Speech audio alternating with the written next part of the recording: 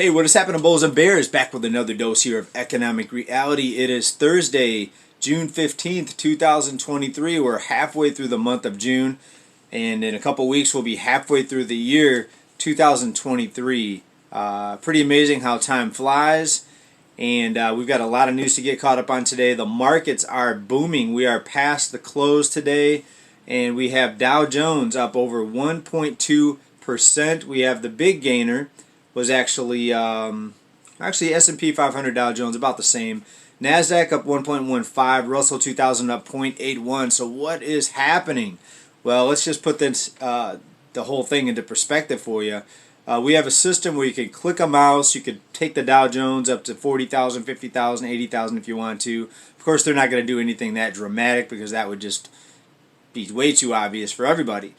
We also have a short squeeze happening right now. A lot of big investors, whales, investment firms, hedge funds, etc., they get into the markets. And if there's a lot of people, retail investors like you and me, shorting the market, they'll go in and they'll wipe those people out by pushing the market higher and getting all those people basically taking their money. And then they'll resume the drop, after the short squeeze. So that's very likely what I think is happening right now with these high markets, the short squeeze. Because when you look at all the factors, all the numbers out there, all the indicators, things are not very good at all. And all you have to do is ask yourself one simple question. Why were they afraid to raise interest rates at their last meeting just yesterday? Pause, skip, whatever you want to call it. They did not raise the rates. Why is that? Why can't we raise interest rates? If the economy is so strong, let's raise interest rates, the funds rate to 10%, 15%. Heck, let's go back to the way it was in the 1980s, close to 20%. Why are they afraid, right? So it's simple. It's very simple. Just ask yourself that question and then you'll get the answer, because this economy is on life support. If it weren't for the endless debt and they had to completely suspend the debt ceiling, that's another thing. Why would they completely suspend the debt ceiling? Why would we have to have unlimited amount of money, or the availability, the capability of creating just endless amounts of money to keep this whole thing propped up? If the economy is so strong, let's stop going into debt. Let's start paying off the national debt. Let's stop creating money out of thin air, right? So I think a lot of you are probably laughing right now because you know that's never going to happen, right? So they can keep things looking good on the surface by issuing credit, also known as debt, consumers getting further into debt, national debt increasing, city, state, local government debt increasing, corporate debt increasing, right? So where does it end? Well, it's the beginning of the end right now. We see corporate bankruptcies now on pace to be the worst since 2010. We have about 70%, over 70% of companies now either laying people off or planning on laying people off in the next 6 months. It's actually closer to 80%. It was 77%, right? So the writing's on the wall.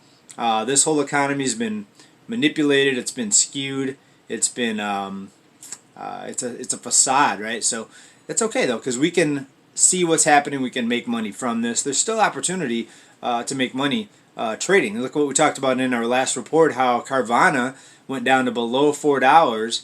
Now it jumped up here to. Let me check the latest price here for Carvana stock here. And this was a major dip buy that we talked about.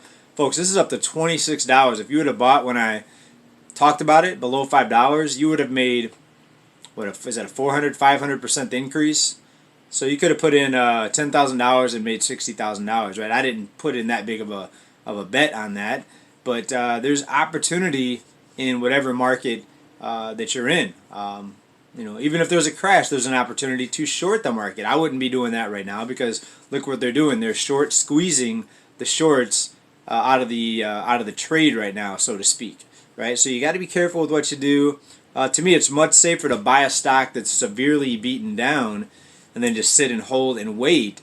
Reign in wealth like King Charles with a gold IRA from Noble Gold Investments. Just as King Charles's magnificent gold crown symbolizes wealth and power, a gold IRA can fortify your own financial kingdom. Imagine the confidence that comes from a retirement backed by a tangible, proven asset, gold. An asset that's not at the mercy of unpredictable market swings. A gold crown may not be included, but isn't a future free of financial stress a worthy throne? Like royalty, enjoy the luxury of choice. Gold, silver, platinum, or palladium, the realm is yours to command. Fend off concerns about economic downturns and let your wealth thrive with the timeless security of precious metals. This month, the first solid quarter ounce gold standard bullion coin ever issued with King Charles III's image can be yours with your own qualifying gold IRA or 401k rollover of $50,000 or higher. You can't go wrong with Noble Gold Investments. Call Noble Gold Investments at 877-646-5347 to get started, or visit bullboomgold.com. That is bullboomgold.com.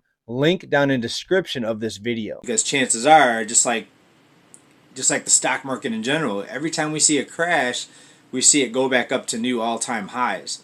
So sitting and waiting for the crash, that's one opportunity.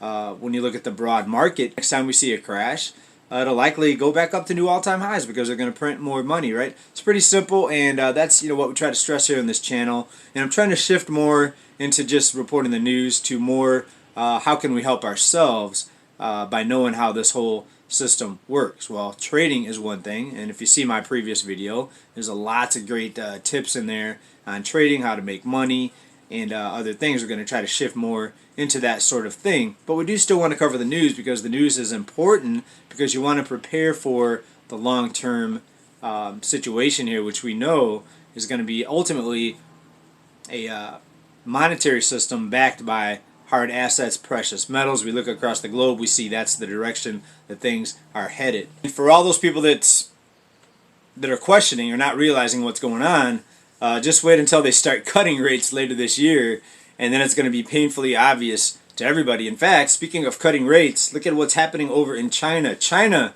cuts median-term loan rates as economy sputters. Exports have been dropping.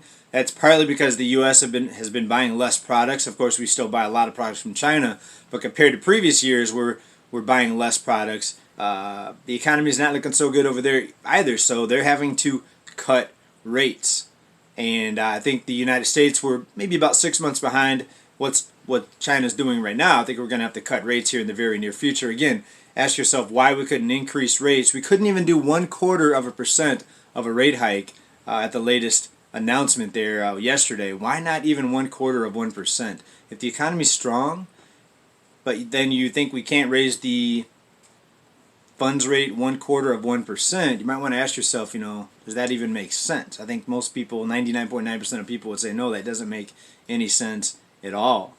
Well, I shouldn't say 99% of people, maybe of us here on this channel, but overall, most people don't even realize what's going on. In fact, speaking of tumbling exports out of China, Reuters today headline, tumbling exports feed worker unrest in world's factory. They call it the world's factory because it's the nation that produces the most goods, that has the most exports.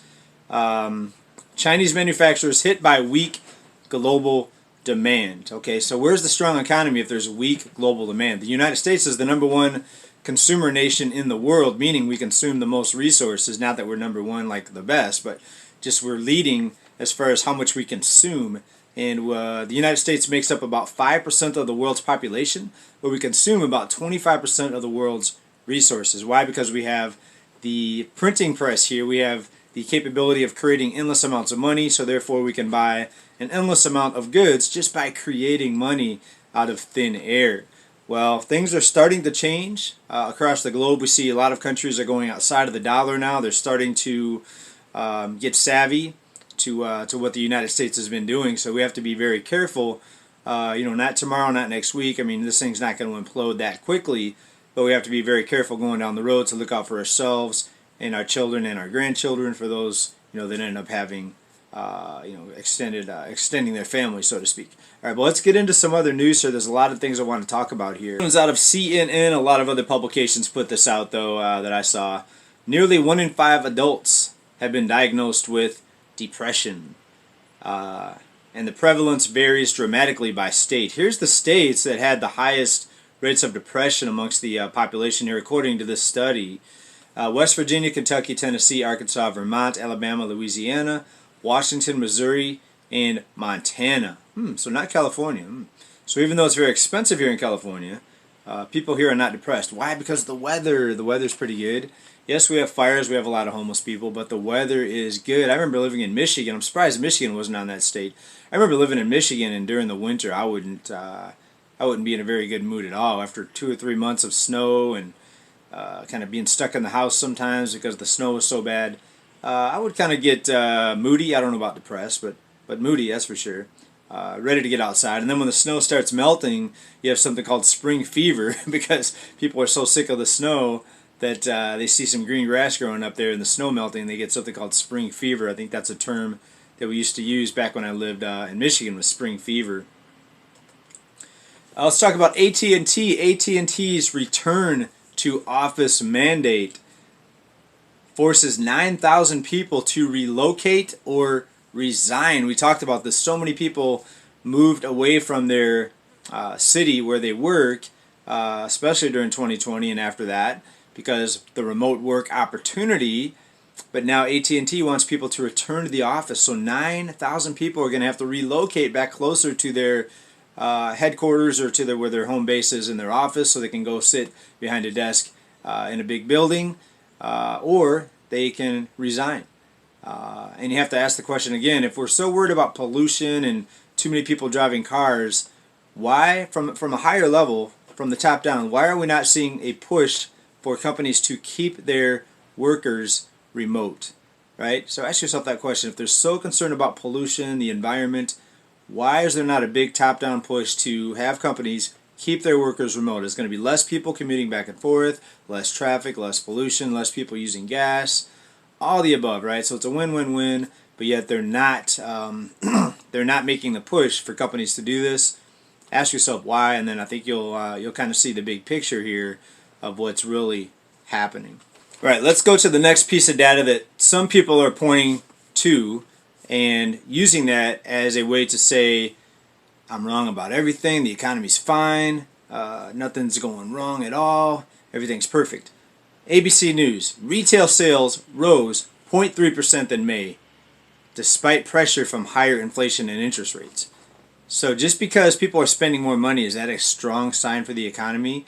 Well, when you look at the debt, the only reason people are able to spend more is because they're taking on more debt. Debt continues to increase for credit cards. And here's the thing. A lot of people have predicted a financial cliff, that this is all going to drop off one day, that the banks are going to cut credit lines. As long as you have too big to fail banks, they never have to cut credit lines, right?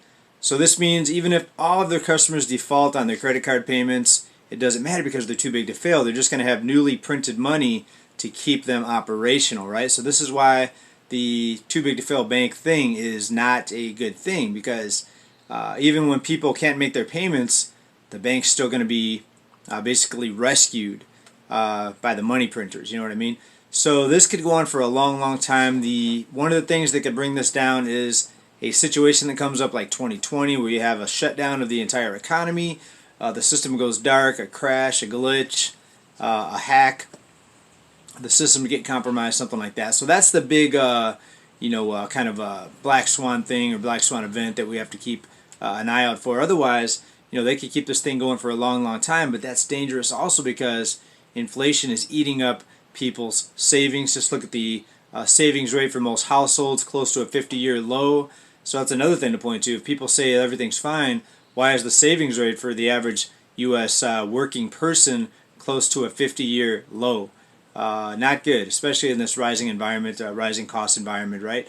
So let's keep an eye on things, folks. Let's look for opportunities. And, the stock market, let me know how you're going to benefit from that down below. Are you buying options to take advantage of this? What are you doing?